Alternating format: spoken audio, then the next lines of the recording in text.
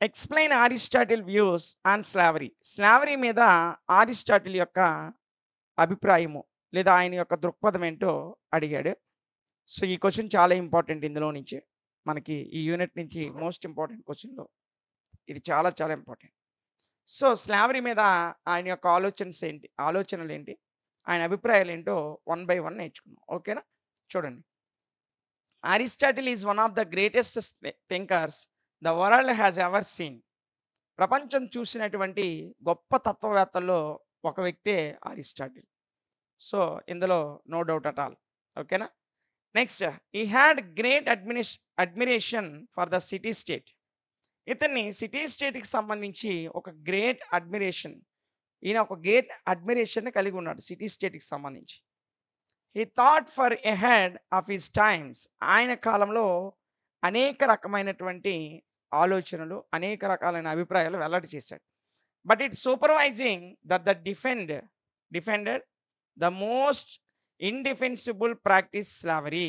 ఈయన డిఫెండ్ చేసినటువంటి అంశాల్లో మోస్ట్ ఇండిఫెన్సిబుల్ ప్రాక్టీస్‌గా మనం దేన్ని చెప్తామంటే స్లావరీని చెప్తాం. So, while explaining the origin of state యొక్క ఆరిజిన్‌ని ఎక్స్‌ప్లెయిన్ చేసే సమయంలో ఈ expressed his views on the institution of slavery.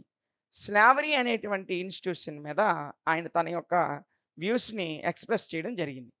State is a collection of families. State అంటే కొన్ని కుటుంబాల సమూహము. ఓకేనా? నెక్స్ట్ ఈ సెడ్ ఆయన చెప్పినటువంటి మాట. Slave according to him was an element of the household. Aristotle ప్రకారము స్లేవ్ అనేవాడు అప్పుడు ఎలా ఉండేవాడంటే an element of the household. హౌస్ హోల్డ్‌కి సంబంధించిన ఒక ఎలిమెంట్‌గా మాత్రమే ఉండేవాడు.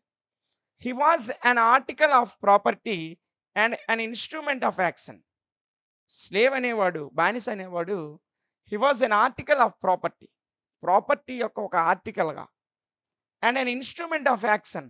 ఒక పని చేసే ఒక ఇన్‌స్ట్రుమెంట్, పరికరంగా స్లేవ్‌ని ఆ రోజుల్లో భావించేవారు.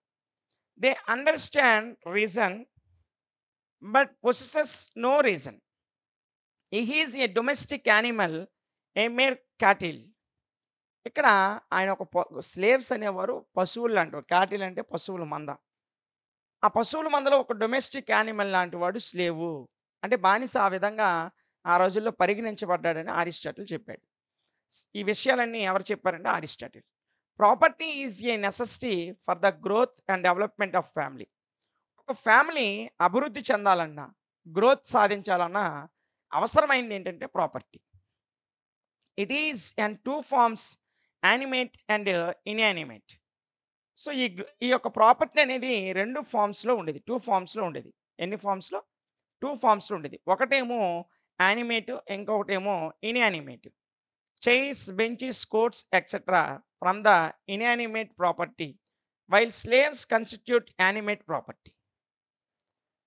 ఇన్‌యానిమేట్ ప్రాపర్టీకి ఉదాహరణగా చైర్‌లు, బెంచ్‌లు, కాట్లు, మంచాలు వీటిని ఇన్‌యానిమేట్ ప్రాపర్టీగా చెప్తాం.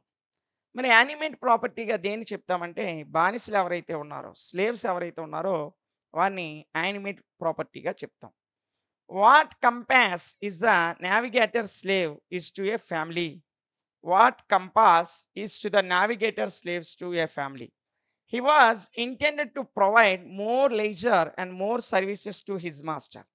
ఈ బానిస అనేవాడు అతని మాస్టర్ ఎవరైతే ఉన్నాడో, అంటే అతని యజమాని ఎవడైతే ఉన్నాడో వాడి కొరకు ఎక్కువ సేవలు చేసేవాడు.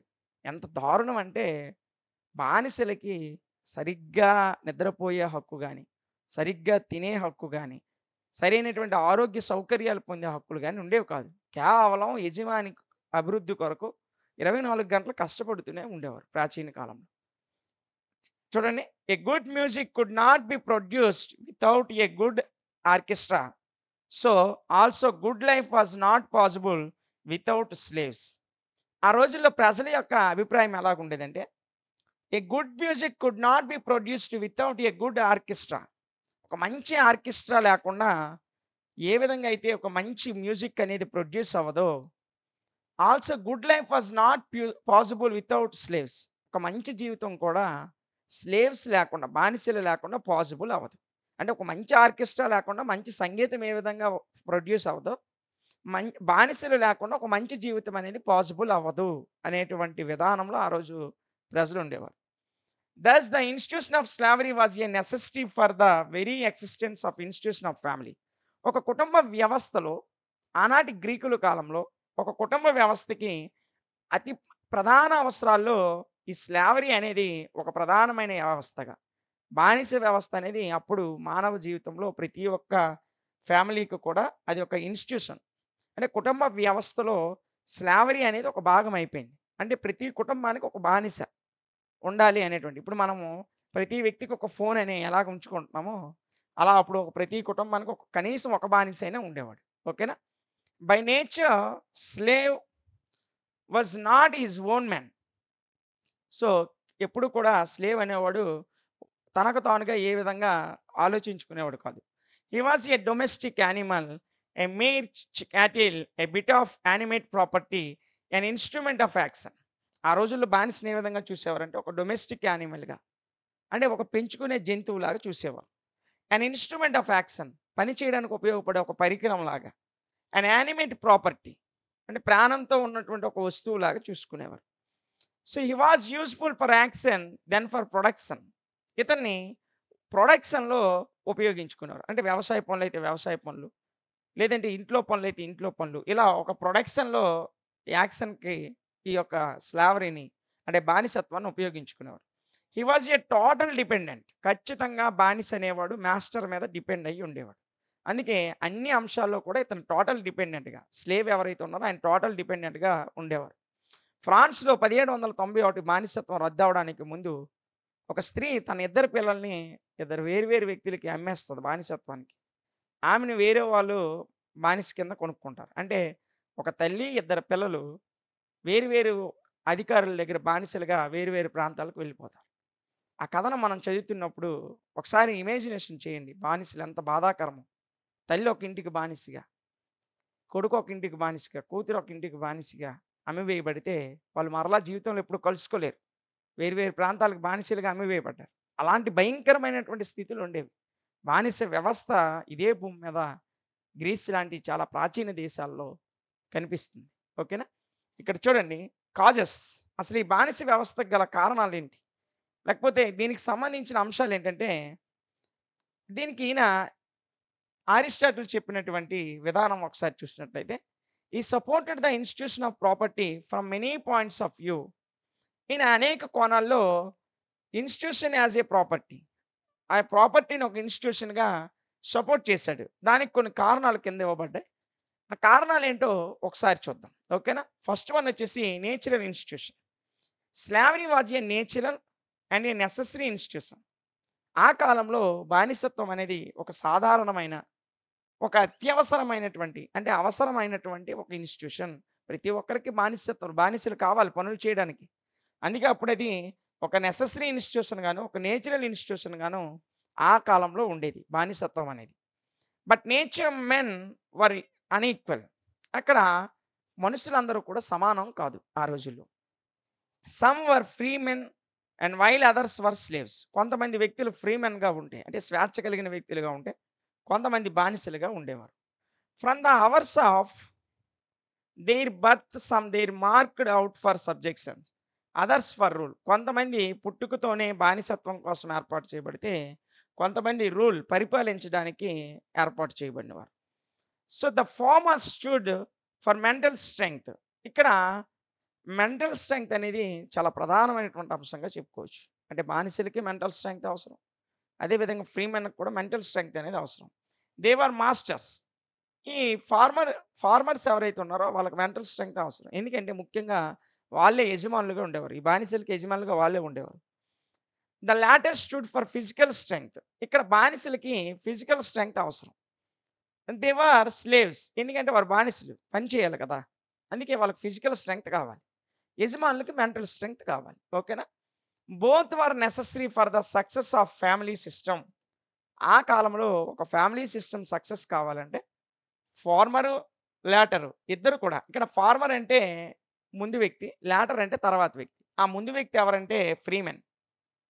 కొంతమంది ఫ్రీమెన్ గాను, కొంతమంది స్లేవ్స్ గాను చెప్పుకున్నాం కదా! ఇందులో ఫార్మర్ అంటే మొదటివాడు ఎవడు? ఫ్రీమెన్. ఫ్రీ మెన్‌కి మెంటల్ స్ట్రెంగ్త్ అనేది అవసరం. లాటర్ అంటే రెండోవాడు ఎవడిక్కడ? స్లేవ్. ఆ స్లేవ్ బానిసకి ఏ స్ట్రెంగ్త్ కావాలి? ఫిజికల్ స్ట్రెంగ్త్ కావాలి. ఆ విషయం గుర్తుపెట్టుకోండి. ఇవి కొత్త పేర్లు కాదు మళ్ళీ ఫార్మర్, లాటర్ అంటే.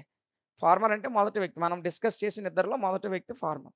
రెండో వ్యక్తి లాటర్. అది గుర్తుపెట్టుకో. So, slavery was a natural and necessary institution.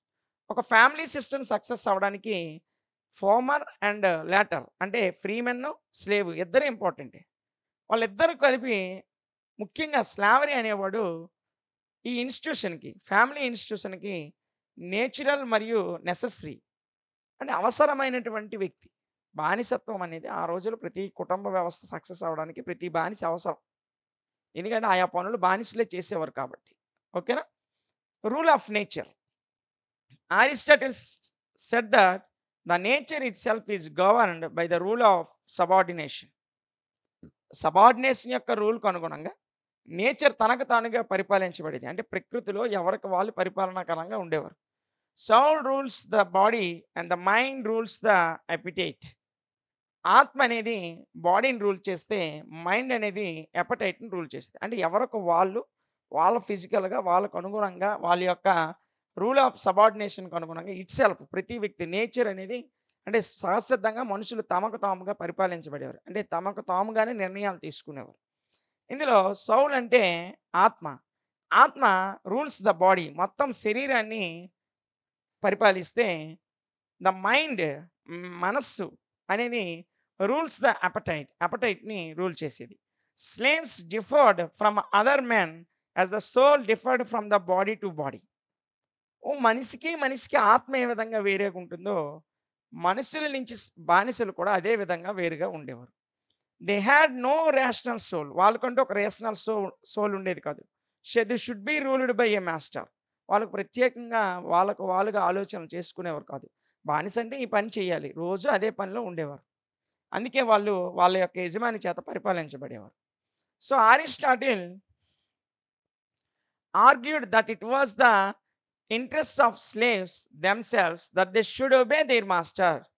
వాళ్ళ గురించి వాళ్ళు ఆలోచనలు చేసుకునేవారు కాదు. ఎవరు? స్లేవ్స్. అరిస్టాటిల్ అదే మాట చెప్పాడు.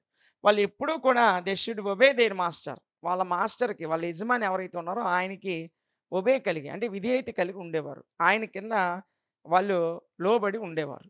అది అరిస్టాటిల్ ప్రకారం స్లేవ్స్ యొక్క జీవితం. ఇక beneficial to all. By coming into contact with the virtues the slave also was benefited. అయితే వీళ్ళకి కూడా కొన్ని రకాల బెనిఫిట్స్ ఉన్నాయి. అవేటో చూద్దాం. He could learn many things from his master. ఈ బానిసలు వాళ్ళ యొక్క యజమానుల నుంచి అనేక విషయాలు నేర్చుకునేవారు. He could lead a stable life. It was beneficial to the freemen also. ఈ బానిసలు ఫ్రీమెన్‌కు ఉన్నటువంటి కొన్ని రకాల స్టెబుల్ లైఫ్‌ని అంటే ఒక స్థిరమైనటువంటి జీవితాన్ని కలిగి ఉండారు. అంటే 3 పూట్ల ఆహారానికి కొదువు ఉండేది కాదు. మంచి నిద్రపోవడానికి గృహ సదుపాయాలు వీళ్ళు సొంతంగా నిర్మించుకోవడానికి వీళ్ళకి అవసరం లేదు. ఎందుకంటే ఆ మాస్టర్సే వీళ్ళకంటూ ఒక హౌస్ ప్రొవైడ్ చేయడం. వాళ్ళకి 3 పూట్ల తిండికి కావాల్సిన సరుకులు ప్రొవైడ్ చేయడం. ఇలాంటి ఒక ఫ్రీమెన్‌కు ఉన్నటువంటి సౌకర్యాలన్నీ కూడా బానిసలకు ఉండేవి. అయితే వాళ్ళకి వాళ్ళుగా నిర్ణయించి చేసుకోవడానికి, వాళ్ళకి వాళ్ళుగా పరిపాలన చేసుకోవడానికి లేదా వాళ్ళ నిర్ణయాలు వాళ్ళు తీసుకోవడానికి ఉండేది కాదు. ఎంతసేపు కష్టపడినాం, 3 పూటలు తిన్నాం, సాయంత్రం రాత్రి వచ్చి పడుకోవడం. ఇలాంటి లైఫే ఉండేది. కాకపోతే ఇక్కడ బెనిఫిట్ ఏంటంటే భోజనానికి బెంగ పడాల్సిన అవసరం లేదు. ఇల్లుకి వర్షం, వాన వచ్చేటప్పుడు తలదాచుకోవడానికి బాధపడాల్సిన, బెంగ పడాల్సిన అవసరం లేదు. They could get lot of ledgers and that ledgers the could devout for the development of the society. They could spend much time to discussing about the proposed legislation and concentrate all their energies and administration. వాళ్ళు ఎప్పుడూ కూడా అడ్మినిస్ట్రేషన్‌కి సంబంధించి, లెజిస్లేషన్‌కి సంబంధించిన discussions అనేవి జరుపుతూ ఉండేవారు. So, slavery is natural and beneficial both for the masters and their slaves said Aristotle. Aristotle ఏం చెప్పాడంటే slavery is natural and beneficial. ఈ బానిసత్వం అనేది సర్వసాధారణము మరియు ఉపయోగకరంగా ఉండేది. ఎవరికి అంటే both for the masters and their slaves. యజమానులకి లాభదాయకంగానే ఉండేది. స్లేవ్స్‌కి కూడా లాభదాయకంగానే ఉండేది. So, next necessary for existence. Slavery in ancient Greece became an integral part of national economy. జాతీయ ఆదాయములో ఈ బానిసత్వం అనేది ప్రాచీన గ్రీస్‌లో ఒక ముఖ్యమైనటువంటి ఇంటిగ్రల్ పార్ట్‌గా తయారయింది. So, it is said that of every 3 Greeks 2 were slaves. Aristotle ప్రకారము ఆ రోజు గ్రీకులో ప్రతి ముగ్గురిలో ఇద్దరు బానిసలు ఉండేవారు. ఒకళ్ళు మాత్రమే ఫ్రీమెన్‌గా ఉండేవారు. Abolition of slavery would upset the social fabric and destroy the balance of power. ఈ బానిసత్వాన్ని రద్దు చేసిన తర్వాత సోషల్ ఫ్యాబ్రిక్ అనేది అప్సెట్ అయింది. అదేవిధంగా destroy the balance of power. Power అనేది బ్యాలెన్స్ అనేది డిస్ట్రాయ్ అయింది. పవర్ బ్యాలెన్స్ అనేది కూడా డిస్ట్రాయ్ అయింది. ఎప్పుడు? Abolition of slavery. ఈ యొక్క బానిసత్వాన్ని రద్దు చేసిన తర్వాత. ఓకేనా? Next racial superiority. Greeks honestly believed that they were a superior race. గ్రీకులు వారికి వాళ్ళుగా వాళ్ళొక సుపీరియర్ రేస్ అంటే ఒక ఉన్నతమైన జాతికి, ఉన్నతమైన వర్గానికి చెందినవారమని నమ్మేవారు. And Aristotle argued that Greeks being free people should not made slaves. గ్రీకులు అనేవారు free peoples. Should not be made slaves. గ్రీకులు ఎప్పుడూ కూడా ఫ్రీ పీపుల్సే. వాళ్ళు బానిసలుగా తయారు చేయబడలేదు అని అరిస్టాటిల్ ఆర్గ్యూ చేశాడు. He accepted that the defeated soldiers, barbarians and non Greeks should be employed as slaves. ఈయన ప్రకారము స్లేవ్స్‌గా ఎవరు నియమించబడ్డారంటే సోల్జర్స్ గాని, అంటే సైనికుల్లో అంటే ఇతర దేశాలకు చెందిన సైనికులు ఓడిపోతే వాళ్ళు బానిసలుగా నియమించుకునేవారు. బార్బరియన్స్, నాన్ గ్రీక్స్ గ్రీకులు కాని వాళ్ళు స్లేవ్స్‌గా ఆ రోజుల్లో నియమించబడ్డారు. Next great opportunity. ఇక్కడ మనం చూసుకున్నట్లయితే a slave had an opportunity to serve his master A fellow being. ఒక విశ్వాసం కలిగినటువంటి వ్యక్తిగా స్లేవ్స్ అనేవారు తన మాస్టర్‌కి సర్వ్ చేయడానికి ఒక అద్భుతమైనటువంటి అవకాశాన్ని కలిగి ఉండేవారు. To serve a fellow being was to serve God. వాళ్ళు ఆళ్ళ మాస్టర్‌కి చేసినటువంటి సర్వీస్ ఏదైతే ఉందో దాన్ని ఒక గాడ్‌కి చేసిన సర్వీస్‌గా భావించేవారు. The slave in a way was a fortunate man for getting such a great opportunity to serve another person for a life period. వీళ్ళు తమ లైఫ్ పీరియడ్‌లో ఎనదర్ మ్యాన్‌కి లేదా ఎనదర్ పర్సన్‌కి సర్వ్ చేయడాన్ని ఒక గ్రేట్ ఆపర్చునిటీస్‌గా భావించేవారు. ఇక దీన్ని క్రిటిసిజం అరిస్టాటిల్ చెప్పినటువంటి అంశాల మీద క్రిటిసిజం కూడా ఉంది. అదేంటంటే Aristotle is a renowned writer. మనందరికీ తెలిసినటువంటి writer. He had a scientific bent of mind. But it is unfortunate that he had wasted all his energies and gathered all his strength to defend such an inhuman and indefensible organization. Inhuman, indefensible ఆర్గనైజేషన్‌ని Aristotle defend చేసుకోవడంలో తన యొక్క మొత్తం ఎనర్జీస్‌ని, తన యొక్క మొత్తం స్ట్రెంగ్త్‌ని gather చేసి waste చేసుకున్నాడనేటువంటి విమర్శ అయితే ఉంది. ఇక many writers have criticised him rather harshly in this regard. చాలామంది రచయితలు దీన్ని చాలా హార్ష్‌గా క్రిటిసైజ్ చేశారు. To say that some intellectuals are born to rule and the illiterate are born to follow sounds illogical and irrational. ఆయన చెప్పినటువంటి అంశాల్లో కొంతమంది ఇంటెలెక్చువల్స్ పరిపాలించడానికి పుట్టారు. కొంతమంది ఇల్లిటరేట్ పర్సన్స్ వారిని ఫాలో అవ్వడానికి పుట్టారు అనేటువంటి అరిస్టాటిల్ విధానాన్ని ఇది ఒక ఇల్లాజికల్, ఇర్రేషనల్ అనేటువంటి మాటతో విమర్శించారు. So if that is true in the present day society majority of the people should remain as slaves. ఒకవేళ ఇదే నిజమైతే అంటే చదువు లేని వాళ్ళు బానిసలుగా ఉండాలంటే భారతదేశంలో ఇప్పుడు చాలామంది బానిసలుగా ఉండాలి. అంటే ప్రపంచంలో చాలామంది బానిసలుగా ఉండాలి. ఎందుకంటే ప్రపంచవ్యాప్తంగా అక్షరాస్యత శాతం తక్కువ. చదువుకున్న వాళ్ళు తక్కువ మంది, చదువుకోలేని వాళ్ళు ఎక్కువ మంది. మరి వాళ్ళందరూ బానిసలుగా ఉండాలి కదా! మరి చాలామంది చదువుకోలేని పెద్ద పెద్ద చదువులు లేని వాళ్ళు కూడా ఈ రోజుల్లో ప్రపంచ దేశాలు అనేక దేశాల అధిపతులుగా ఉన్నారు. ఇది తప్పు అని చెప్పి చాలామంది క్రిటిసైజ్ చేశారు అరిస్టాటిల్ విధానాన్ని. While defending the institution of slavery, Aristotle talked more like A racist than A scientist. ఆయన చెప్పినటువంటి స్లావరీ ఇన్‌స్టిట్యూషన్‌ని కాపాడుకోవడం కోసం అరిస్టాటిల్ ఏ విధంగా మాట్లాడాడంటే ఒక సైంటిస్ట్‌గా కంటే ఒక రేసిస్ట్‌గా, ఒక జాతి రేపిస్ట్ కాదమ్మా రేసిస్ట్. ఒక రేసిస్ట్‌గా అంటే ఒక జాతికి, ఒక వర్గానికి ప్రాధాన్యత ఇచ్చేటువంటి వ్యక్తిగా ఆయన యొక్క వాదనలు వినిపించడం జరిగింది.